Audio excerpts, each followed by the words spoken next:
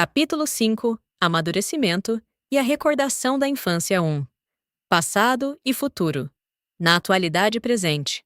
Quando enfatizamos a autoconsciência, o experimento, a emergência sentida e o ajustamento criativo, estamos dando menos ênfase à recuperação da memória passada, recordação da infância, ou às antecipações e ambições para o futuro. Plano de vida. Mas a memória e a antecipação são atos no presente, e é importante para nós analisarmos o seu lugar na estrutura da atualidade. Você pode, experimentalmente, obter o contexto deste capítulo se disser: agora, aqui estou eu lembrando de tal e tal coisa, e notar a diferença de simplesmente se perder na memória. E assim, agora, aqui estou eu planejando ou esperando tal e tal coisa.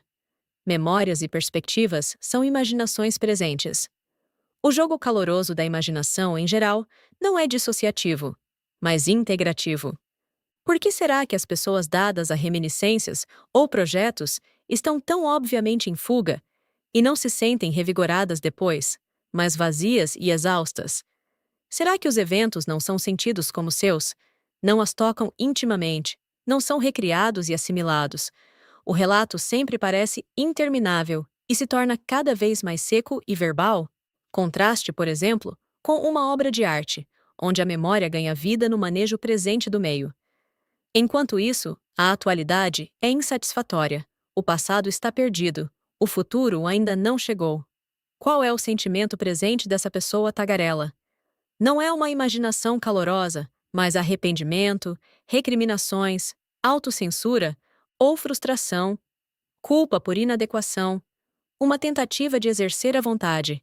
E isso diminui ainda mais a autoestima. Pois o sentimento do próprio valor não pode ser dado por explicações exculpatórias, nem por comparação com um padrão extrínseco. Não foi minha culpa, sou tão bom quanto qualquer um.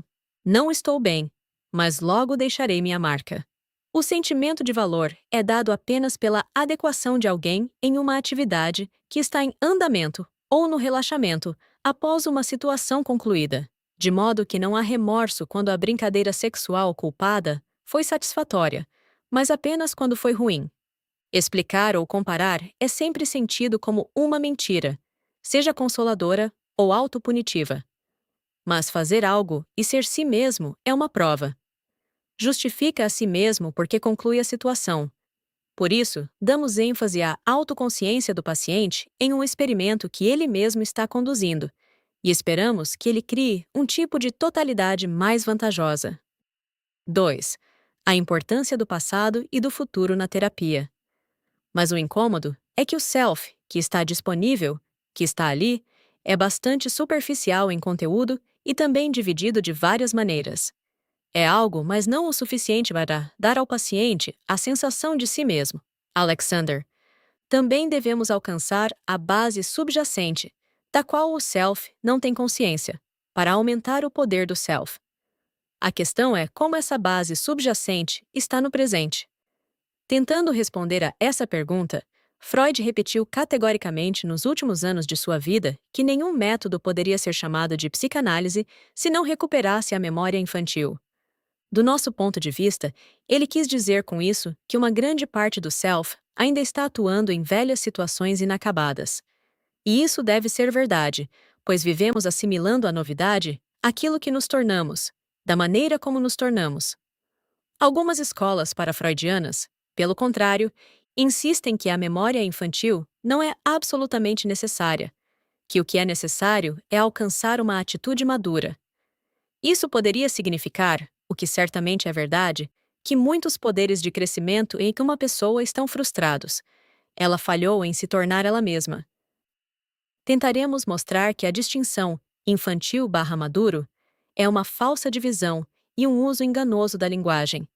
E sem essa divisão, a recuperação da infância e a necessidade de amadurecimento aparecem sob uma luz diferente. Neste capítulo, tratamos principalmente da memória. Problemas de prospecção são um tipo de agressão. Capítulo 8. 3. Efeitos passados como formas fixas no presente. Freud parece ter acreditado que os tempos passados existem psicologicamente de outra forma que não em seus efeitos presentes. Na famosa ilustração das cidades enterradas sobrepostas, ele sugere que os vários passados e o presente interpenetram-se, ocupando o mesmo espaço e tendo relações adicionais àquelas de sucessão temporal. Esta é uma especulação poderosa. Para os propósitos da terapia, no entanto, apenas a estrutura presente da sensação, introspecção e comportamento está disponível. E nossa pergunta deve ser qual o papel a lembrança desempenha nesta estrutura. Formalmente consideradas, as memórias são um dos tipos de formas mais fixas, imutáveis, no processo presente contínuo. Já falamos de abstrações como tais formas fixas, tornadas relativamente estacionárias para que alguma outra coisa possa se mover mais eficientemente. As abstrações se afastam da particularidade mais sensorial e material da experiência. As memórias, por outro lado, são imaginações poixas especialmente dos particulares sensoriais e materiais, mas elas abstraem da resposta motora. Então, o passado é imutável. É aquilo que é vivenciado como imutável. Hábitos, por exemplo, técnicas ou conhecimento são outras formas fixas. Eles são assimilações à estrutura orgânica mais conservadora. Muitas dessas formas fixas são saudáveis, mobilizáveis para o processo contínuo. Por exemplo, um hábito útil, uma arte, uma memória particular, que agora serve de comparação com outra particular, para produzir uma abstração. Algumas formas fixas são neuróticas, como o caráter, a repetição compulsiva.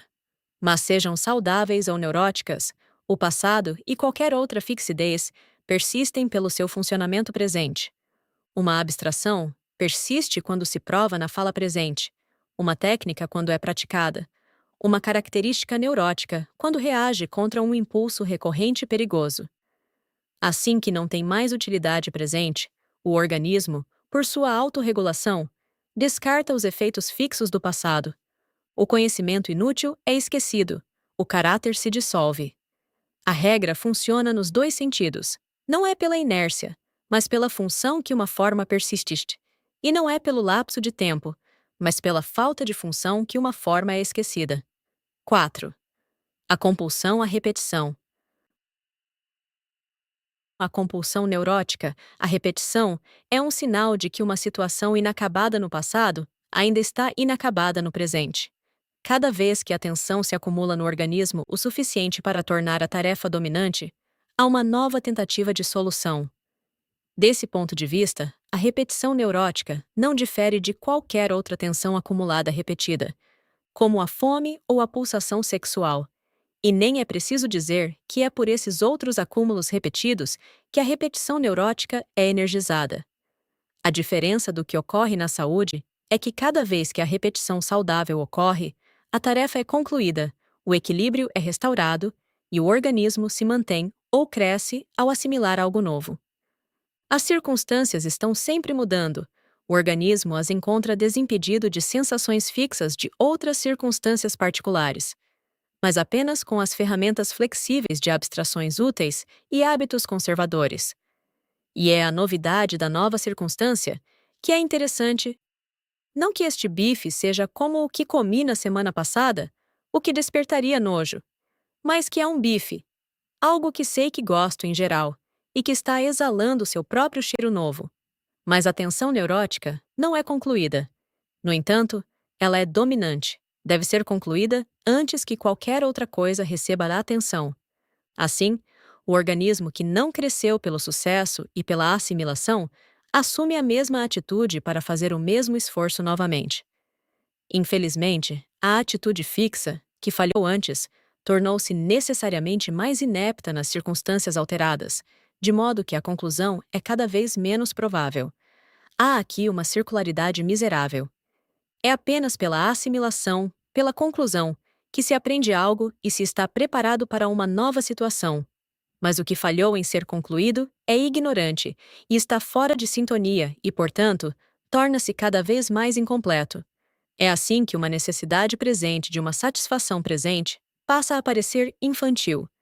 Não é o instinto ou o desejo que é infantil, não mais relevante para o adulto, mas que a atitude fixa Suas concepções abstratas e imagens são antiquadas, improváveis, ineficazes.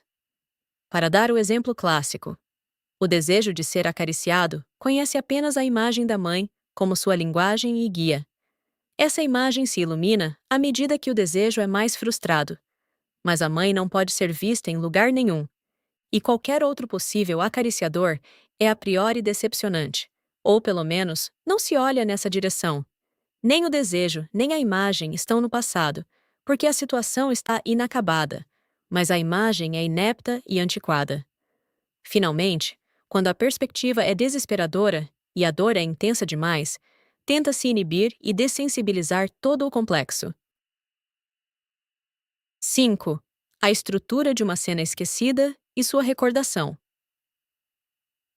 Considere agora uma memória que é aparentemente esquecida, não simplesmente esquecida, como o conhecimento inútil, nem sujeita à recordação porque é uma parte móvel do plano de fundo do presente, como o conhecimento útil, mas reprimida.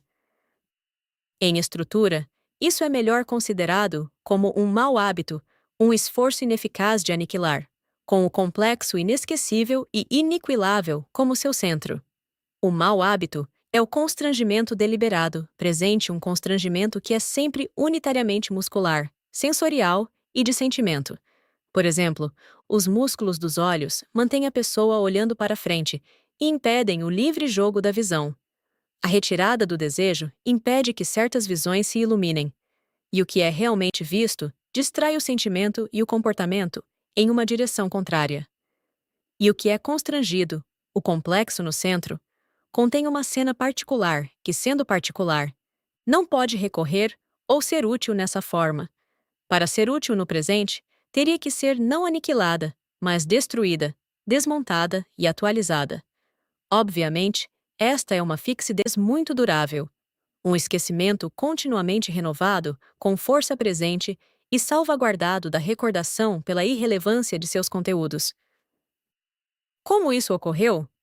Suponha que houve uma vez uma situação presente na qual alguém estava ciente de um desejo forte, em uma cena com objetos. Por uma questão de simplicidade, pensemos em um único momento dramático, um trauma. O desejo foi frustrado. Havia um perigo na satisfação. E a tensão ou frustração era insuportável. A pessoa então inibiu deliberadamente o desejo e a consciência do desejo, para não sofrer e se manter longe do perigo. Todo o complexo de sentimento, expressão, gesto e a impressão sensorial, que é especialmente profunda por estar importantemente inacabada, está agora fora de uso, e uma energia considerável é continuamente expandida para mantê-lo fora de uso em cada presente. Energia considerável, porque a cena traumática está importantemente inacabada e deve ser fortemente combatida. Agora, como ocorre a recordação? Suponha que a inibição deliberada presente seja relaxada, por exemplo, exercitando os músculos dos olhos e deixando a visão brincar, imaginando objetos desejáveis, tornando-se insatisfeito com as distrações, etc. Imediatamente, o sentimento e o gesto subjacentes, sempre presentes, se expressam, e com eles vem a imagem da cena antiga. Não foi a imagem antiga que liberou o sentimento, mas o relaxamento da inibição presente. A cena antiga é revivida porque esse aconteceu de ser o último livre exercício do sentimento e do gesto no ambiente sensorial, tentando completar a situação inacabada. A cena antiga é, por assim dizer, o último símbolo no qual se aprendeu a expressar o sentimento. Pois, se pelo contrário, a imagem ocorre primeiro, por acaso, como quando um homem é impressionado por um rosto que passa, ou mesmo no final de uma série de associações livres, então a pessoa pode subitamente sentir uma emoção estranha, uma atração estranha, uma dor sem nome. Mas é sem sentido, evanescente, imediatamente interrompida pela contínua inibição presente. Assim, na psicanálise clássica, a cena esquecida deve ser interpretada para efetuar a liberação, ou seja, ela deve ser relacionada à atitude e experiência presentes. Mas a interpretação só funcionará com sucesso se for longe o suficiente para alterar a estrutura da atitude presente, o mau hábito. 6. O trauma como situação inacabada. Provavelmente, nunca há um único momento traumático como temos descrito, mas sim uma série traumática de momentos mais ou menos semelhantes de frustração e perigo, durante a qual a tensão do sentimento e a perigosidade explosiva da resposta aumentam gradualmente, e a inibição destes se fortalece habitualmente, até que no interesse da economia, o sentimento e a resposta são apagados. Qualquer uma desta série pode representar, como a cena lembrada mais tarde, o que está inibido. Lembro-me do papai me batendo em uma ocasião específica. Note que esta cena traumática não expressa a inibição habitual, o caráter ou o autocontrole, que se renova continuamente no presente, mas precisamente o sentimento livre ainda não inibido, mais orgânico e sempre presente. Por exemplo, meu desejo de estar perto de papai, ou meu ódio por ele, ou ambos. O trauma não atrai a repetição, como Freud pensava. É o esforço repetido do organismo para satisfazer sua necessidade que provoca a repetição, mas esse esforço é repetidamente inibido por um ato deliberado presente. Na medida em que a necessidade ganha expressão, ela usa técnicas antiquadas. O retorno do reprimido. Se o sentimento é liberado, ele pode ou não reviver momentaneamente uma cena antiga, mas de qualquer forma ele buscará imediatamente uma satisfação presente. Assim, a cena inicial é um subproduto esperado da mudança do mau hábito e da liberação do sentimento, mas não é uma causa suficiente nem necessária para isso. Obviamente, o trauma reprimido tenderá a retornar, pois é, de certa forma, a parte mais vital do organismo. Ele extrai mais poder orgânico.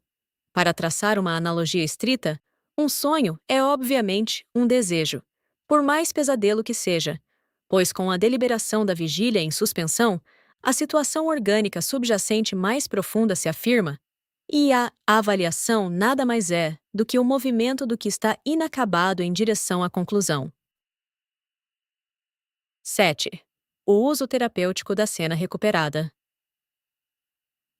A cena recuperada não produz a liberação, mas quando ela acompanha a inundação renovada de sentimento, é muito importante na autoconsciência.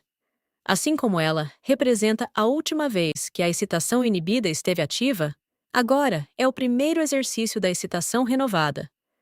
Ela fornece imediatamente um tipo de explicação sobre o que o sentimento não acostumado e por muito tempo em desuso significa, o tipo de objeto ao qual se aplica.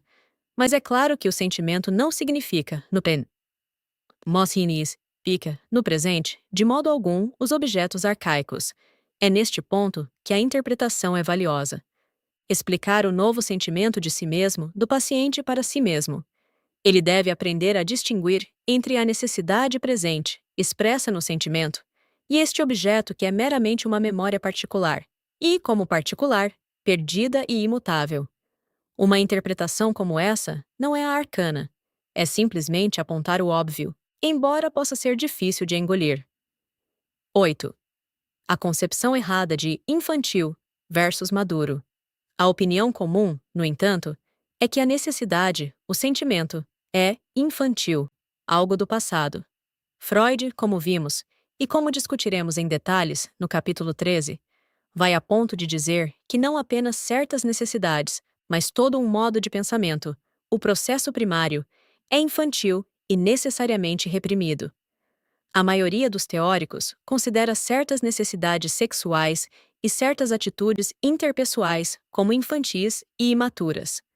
Nossa visão é que nenhum desejo persistente pode ser considerado infantil ou ilusório. Suponha, por exemplo, que seja a necessidade infantil de ser cuidado por uma enfermeira abnegada. Não faz sentido dizer que este desejo é um apego à mãe. Em vez disso, devemos dizer que o desejo se afirma. É a imagem e o nome da mãe que são impossíveis e, de fato, não intencionados. Pelo contrário, o desejo agora é bastante seguro e provavelmente realizável de alguma forma. Talvez, cuide de si mesmo para variar. Pare de tentar ajudar todo mundo.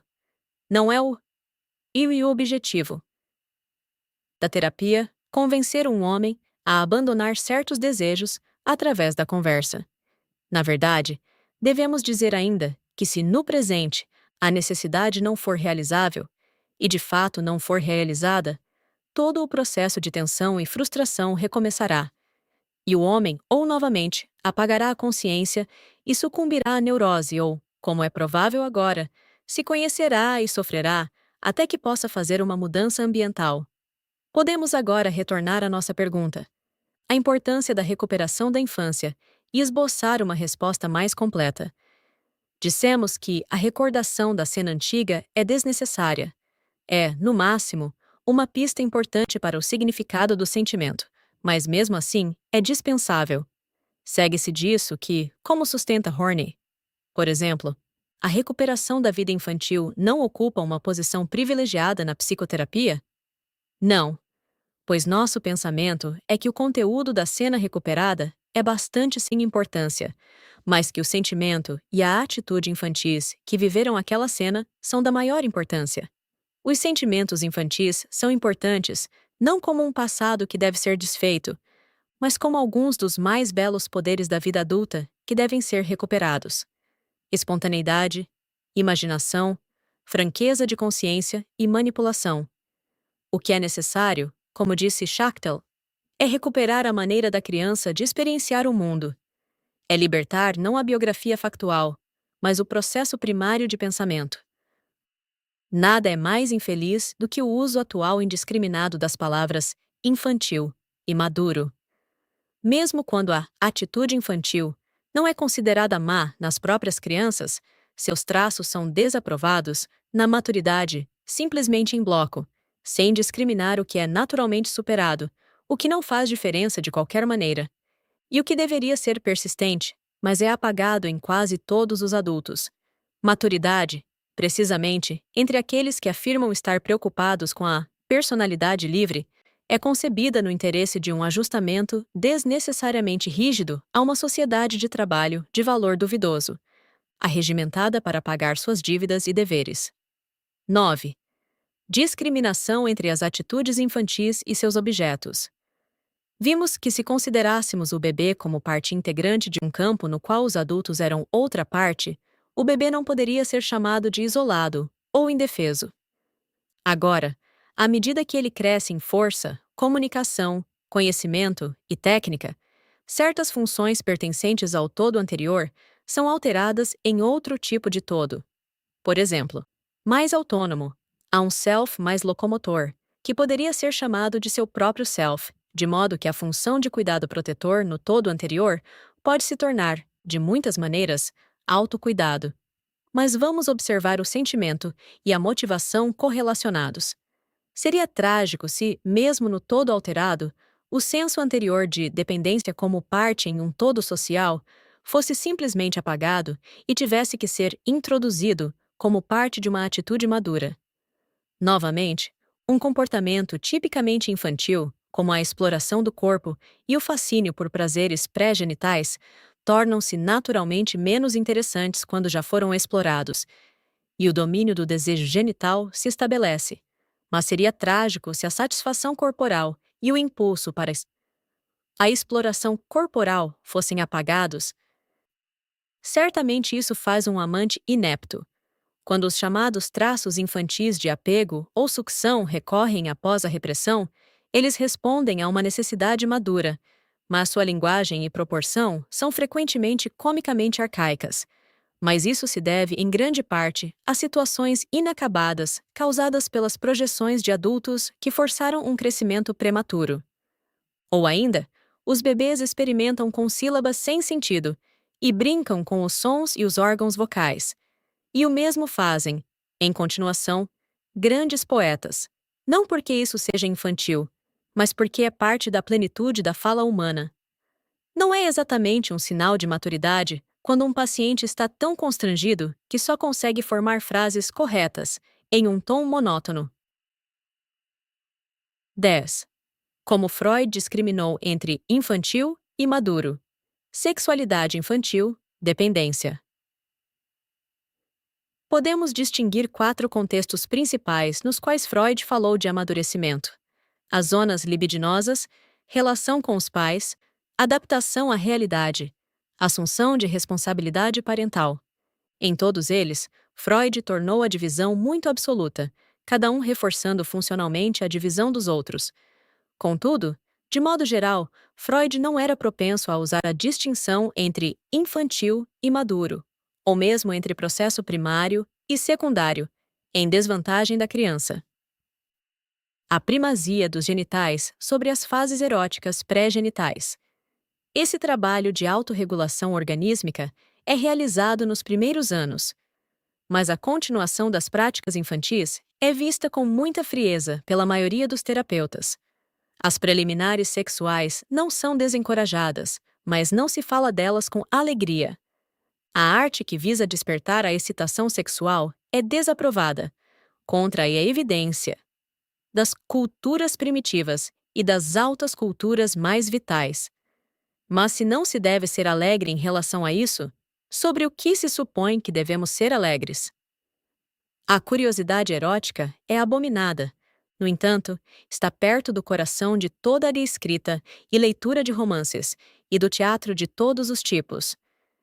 E nas maneiras em geral, não há quase beijos e carícias suficientes entre amigos, e exploração amigável de estranhos, contra a evidência de outros animais gregários. E assim, novamente, um tipo de homossexualidade primária, baseada na exploração narcisista, é antes desencorajada do que encorajada, resultando, como Ferenczi apontou, em uma heterossexualidade obsessiva que torna a verdadeira vida comunitária impossível, pois todo homem é zelosamente hostil a todo outro. A transcendência da dependência pessoal dos pais. Podemos considerar este trabalho de autorregulação organísmica como a alteração e complicação do campo organismo/social através do aumento do número de membros envolvidos e da mobilidade de cada membro e escolhas e habilidade para abstrair para níveis superiores. Assim, uma criança, aprendendo a andar, falar, mastigar e exercer mais força, espontaneamente deixa de se agarrar como um lactente e de fazer demandas exclusivas. No entanto, com outros objetos, persistem as atitudes filiais extrovertidas de confiança, docilidade, o sentido da própria dependência em uma comunidade, a reivindicação de receber alimento e carícias como um direito inegável e, como um herdeiro livre da natureza, de se sentir em casa no mundo. Se o mundo e as comunidades que criamos no mundo não são tais que possam ser francamente abraçados com confiança e certeza de apoio, um homem descobrirá isso por si mesmo, sem que um médico lhe diga que sua atitude é infantil. O mesmo ocorre na educação. É muito bonito não aceitar nada que você não descubra por si mesmo.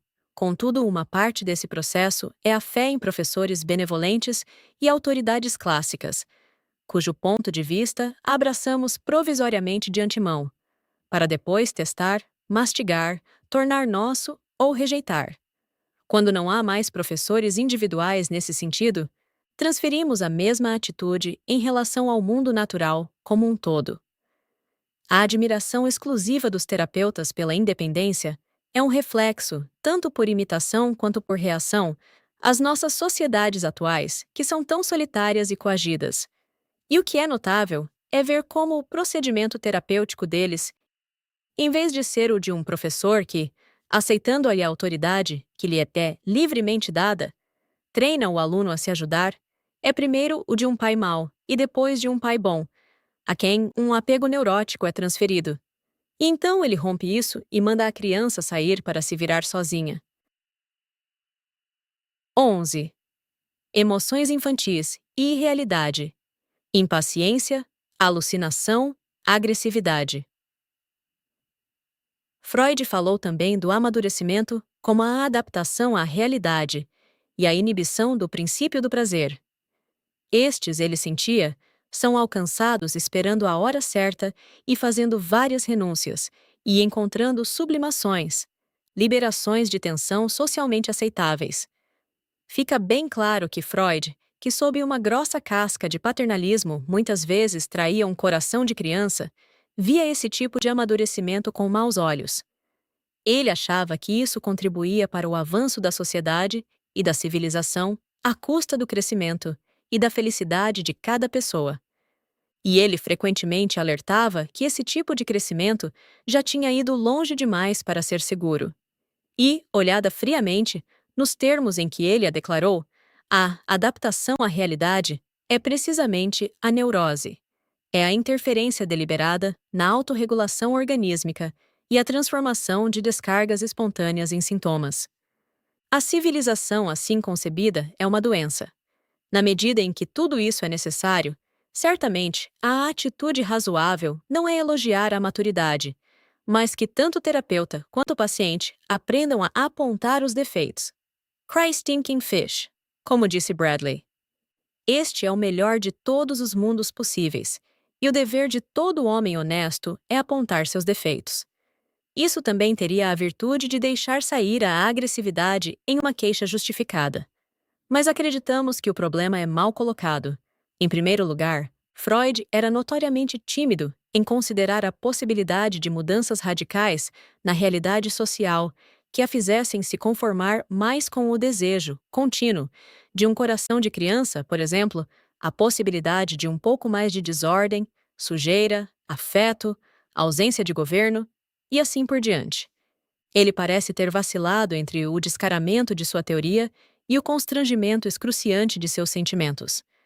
Mas também ele interpretou mal o comportamento das próprias crianças ao considerá-lo fora de contexto, do ponto de vista de um adulto muito deliberado. Considere, por exemplo, esperar a hora certa. Os defensores da maturidade concordam que as crianças não podem esperar. Elas são impacientes. Qual é a evidência para isso? Quando temporariamente frustrada daquilo que ela sabe que vai conseguir, uma criança pequena grita e bate. Mas então vemos que quando ela consegue a coisa, ou logo depois, ela se torna imediatamente e desconcertantemente radiante. Não há indicação de que a cena dramática anterior significasse algo além de si mesma, mas ela significava a si mesma. O que isso significava? Em parte, a cena era uma persuasão calculada.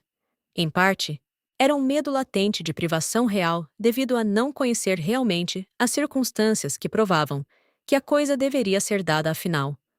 Ambos são simples ignorância e desaparecem com o conhecimento, não brotam de uma atitude infantil. Mas é o resíduo que é interessante. A cena levada adiante por si mesma como uma liberação de uma pequena tensão. Isso é ruim? Longe de provar que uma criança não pode esperar, isso prova precisamente que ela pode esperar, ou seja, pulando de impaciência. Ela tem uma técnica de equilíbrio orgânico para a atenção. E depois, portanto, sua satisfação é pura, plena, sem nuvens. É o adulto que não pode esperar. Ele perdeu a técnica. Não fazemos escândalo. Então nosso ressentimento e medo aumentam, e então desfrutamos de nos sentir amargurados e inseguros. Qual é o mal no drama infantil? Ele ofende a plateia adulta por causa de sua repressão da birra semelhante, não por causa do som e da fúria, mas por causa da distração inconsciente. O que é chamado aqui de maturidade é provavelmente neurose.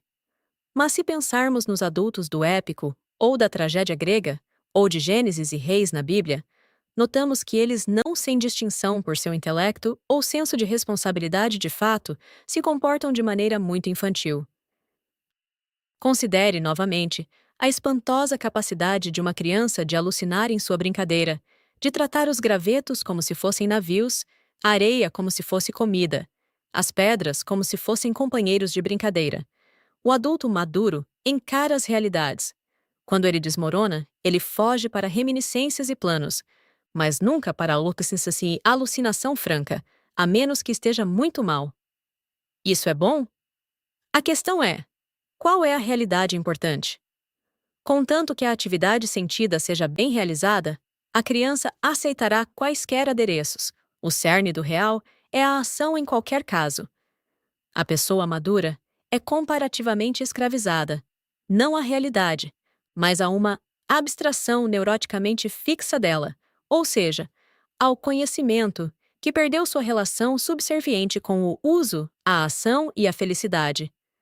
Não nos referimos ao conhecimento puro, que é uma forma difícil de brincadeira.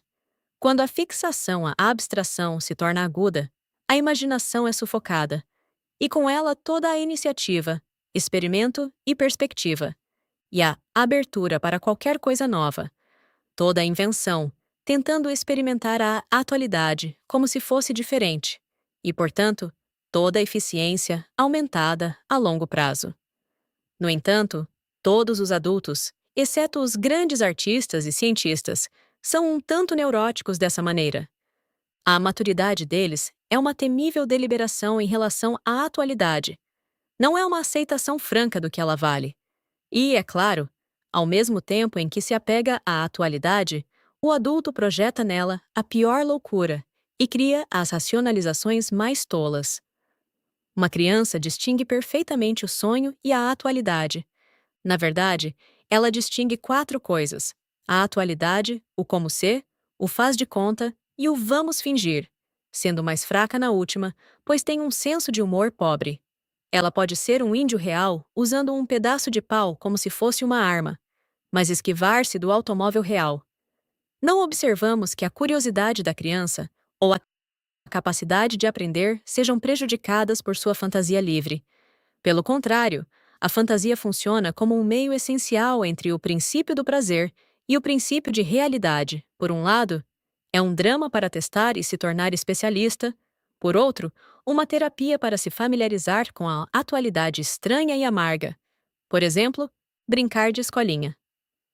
Em resumo, quando um terapeuta pede a seu paciente que cresça e encare a realidade, ele muitas vezes não quer dizer a atualidade concreta, na qual um ajustamento criativo é possível, mas alguma situação diária que geralmente é melhor lidada, não a enfrentando diretamente. Outro traço infantil que supostamente dá lugar à maturidade é a agressividade livre da criança. Dedicaremos um capítulo 8, à inibição da agressividade em nossos costumes adultos. Aqui, precisamos apenas ressaltar que os golpes indiscriminados de uma criança pequena são desferidos precisamente quando sua força é mais fraca. A inferência de que ela tem a intenção de aniquilar é provavelmente uma projeção do adulto. Os golpes duros de um garoto são dados apenas nos inimigos. Assim, um cão brincando morde e, ao mesmo tempo, não morde. Por fim, com relação ao ajuste da pessoa madura à realidade, não devemos perguntar.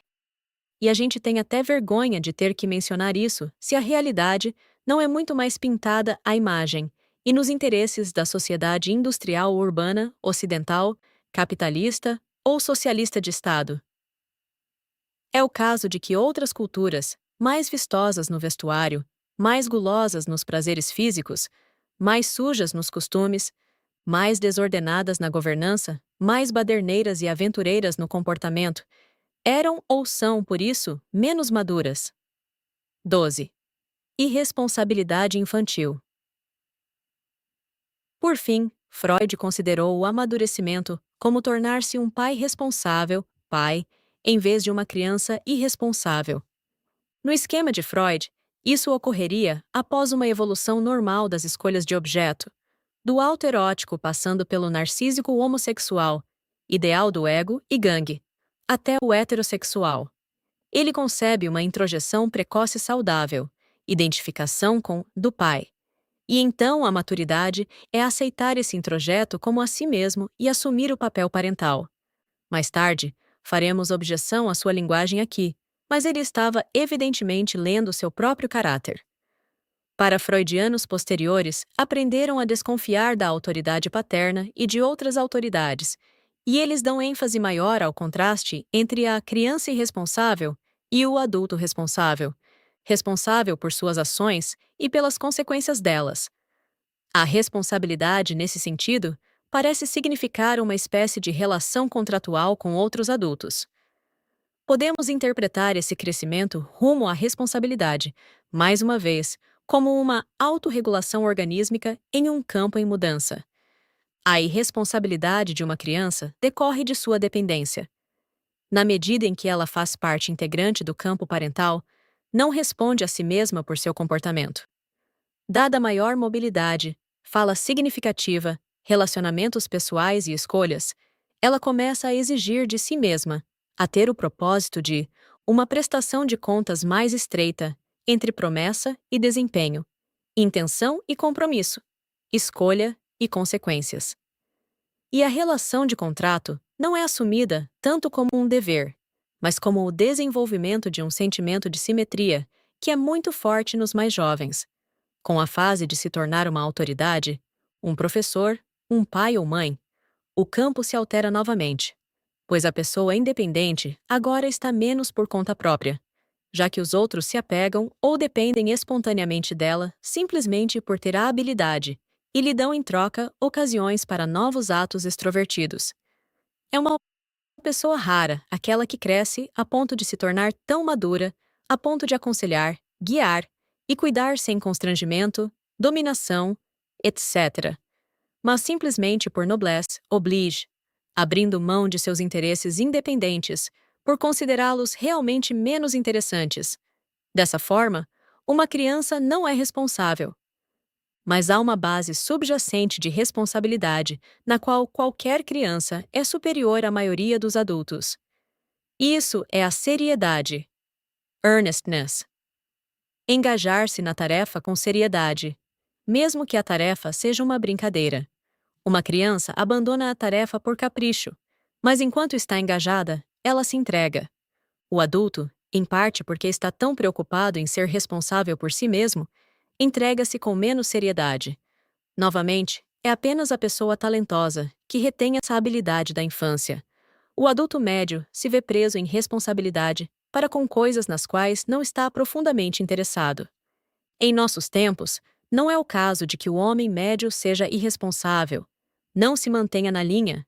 Pelo contrário, ele é muito responsável, vive batendo o ponto, não cede à doença ou à fadiga, paga suas contas antes de ter certeza de que tem comida, cuida estreitamente de seus próprios negócios, não corre riscos.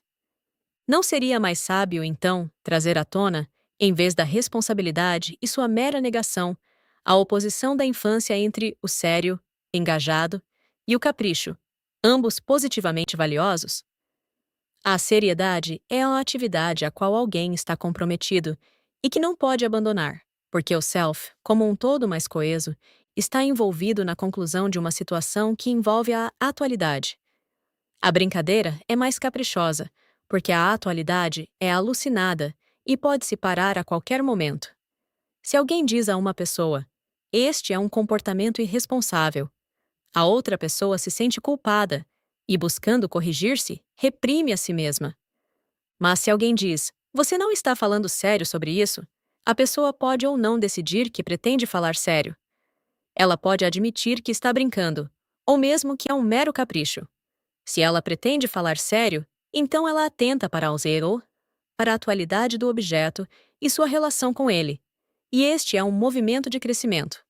Uma pessoa irresponsável é aquela que não age com seriedade sobre o que é necessário. Um diletante brinca caprichosamente com uma arte. Ele está agradando a si mesmo, mas não tem responsabilidade pelos resultados. Um amador brinca seriamente com a arte. Ele tem responsabilidade com a arte, por exemplo, com seu meio e estrutura, mas não precisa se engajar nela. Um artista age com seriedade com a arte. Ele está comprometido com ela. 13.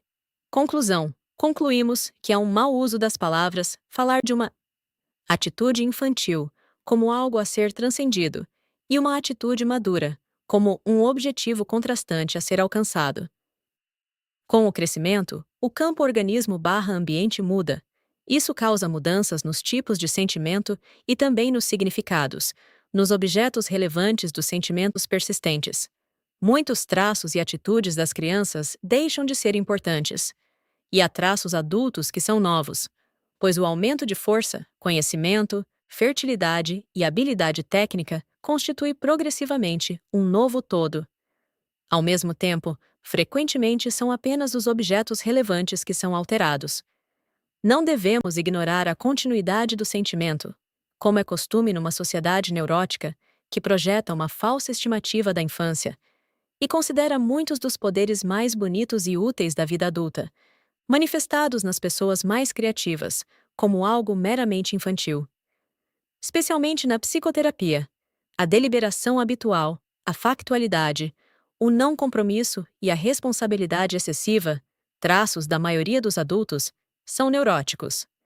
Enquanto que a espontaneidade, a imaginação, a seriedade e a ludicidade, e a expressão direta do sentimento, traços de crianças, são saudáveis. 14. Desbloqueando o futuro. Este é o passado que foi perdido e que deve ser recuperado. No início deste capítulo, no entanto, falamos do passado e do futuro, daqueles que têm reminiscências e daqueles que fazem projetos, da cena inicial e do plano de vida. Por que dedicamos todo o nosso espaço ao primeiro? É que as dificuldades neuróticas daqueles que têm reminiscências e tentam, com meras palavras, viver as situações inacabadas do passado exigem a recuperação de sentimentos e atitudes perdidos. Com aqueles que fazem projetos e tentam, com meras palavras, vivenciar seus poderes frustrados, o problema é mais bem localizado não no que se perdeu, mas no que está falsamente presente. As introjeções, os falsos ideais, as identificações forçadas que bloqueiam o caminho e que devem ser destruídos para que a pessoa se encontre. Portanto, preferimos discutir isso no capítulo sobre agressões. As reminiscências verbais tendem a ser secas e sem vida, pois o passado consiste de particularidades imutáveis. Ele se torna vivo apenas quando é relacionado às necessidades presentes, que têm alguma possibilidade de mudança. A antecipação verbal, por outro lado, tende a ser tola e vazia, pois o futuro consiste em particularidades que poderiam mudar de todas as maneiras concebíveis, a menos que seja limitado por alguma necessidade sentida no presente e pelo poder existente para fazê-lo acontecer.